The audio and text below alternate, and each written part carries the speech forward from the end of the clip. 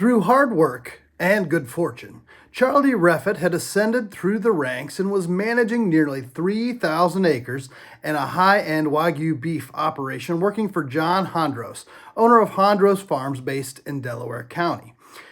Charlie and his wife Crystal lived in a home on the farm. Things were good, but as it sometimes does, life took a dramatic turn for Charlie 5 years ago. Here's my conversation with Charlie Reffitt about tough times and a good life.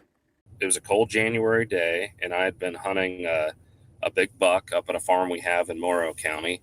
And I got up to my hunting height, and I looked down, and one of the welds on my climber was snapped, and the other one I could see was just popping apart. And right as I said, "Oh no," I fell, and it was almost 30 feet. And I knew right away something wasn't right, and it hurt horribly bad. And I tried to stand up, fell back down, did that a couple times. What had happened is I landed on my feet, and the pressure burst my T12 vertebrae right into my spine, and basically left me paralyzed waist down. And I was in the rehab hospital for I think a little over 2 months before I got to come home, just learning how to live my new life in a wheelchair and keep everything going like that. Well, and you had to think at some point along there that you were going to be done with the farm operation, right? At some point that had to cross your mind at least.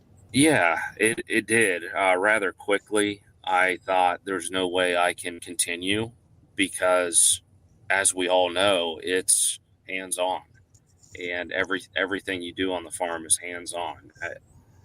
I didn't understand that there would be a way to continue going. And what had happened was John came to visit me, and he brought some flowers for my wife. And she wasn't there at the time. She had been spending so much time with me there at the hospital. And I said, "John, as soon as I'm feeling a little bit better, I'll get some of my buddies over to the house," because I live at the home farmhouse. And I said, "I'll get some friends over there, and my buddies and my wife will get moved out of the house, and you can get someone else in there to run the farm." And he looked right at me and said, "Charlie, you're not going anywhere."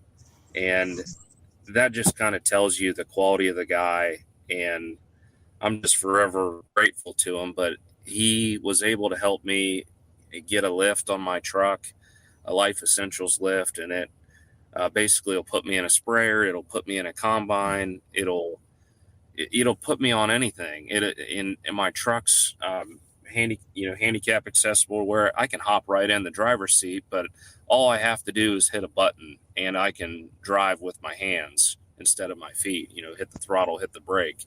Still, there's a lot of mental, emotional challenges, I think, that would go along with that. How did you manage and navigate that? Yeah, it's a good question. I've always been really stubborn and determined, and that's hasn't always been to my benefit, but it has been in this situation. And I've always had faith in God and a really good group of family and friends that have supported me. And like I said, my wife, Crystal, she's been with me this entire time, and in everything from, helping me just learn the basics again, and helping me if I need a hand on the farm on the weekends when the guys aren't around, or in the middle of the night if the cows are loose. She's helped me with that. And I just kind of got to take it one day at a time. Still, over 5 years later, there's always times where I start to kind of get that pity party going, and I just got to remember, hey, you get one chance at life, make the most of it every chance you get. And that's kind of how I go forward.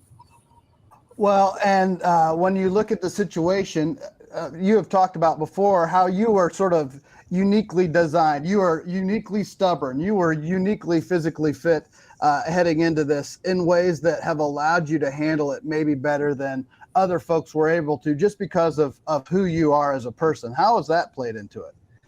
Yeah, I told you once before, I I feel almost glad that it happened to me over someone else that wouldn't have been capable to overcome the situation. And what I mean by that is I've accomplished a lot, and I feel like if it would have happened to a 15-year-old, you know, how horrible that would have been to cut their life short and their experiences short. Or even if it happened to just an older person that, had that tree stand that just didn't have the boss I had, or the mentor, I should say. Maybe someone that didn't have the family support that I have.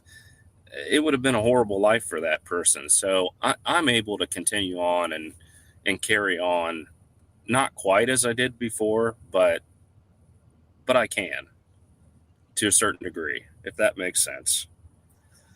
It does make sense. And what advice would you have for other farmers out there who are dealing with their own challenges? Nothing's ever that bad. I really believe that. When you look around and just, I guess, think of the positive. When you go out early in the morning and see that sunrise, when you're out working late, and maybe it's trying to save a bad crop, maybe it's having to deal with a cow loose, a headache, and you watch that sunset, it just kind of, it kind of lets me remember what it's all about. And I guess that's what I would say is slow down and think about the good things in your life, the blessings that you do have, instead of focusing on the negative. It's so easy to do. I find myself sometimes getting caught up in the negative, and you have to get away from that attitude, that mindset.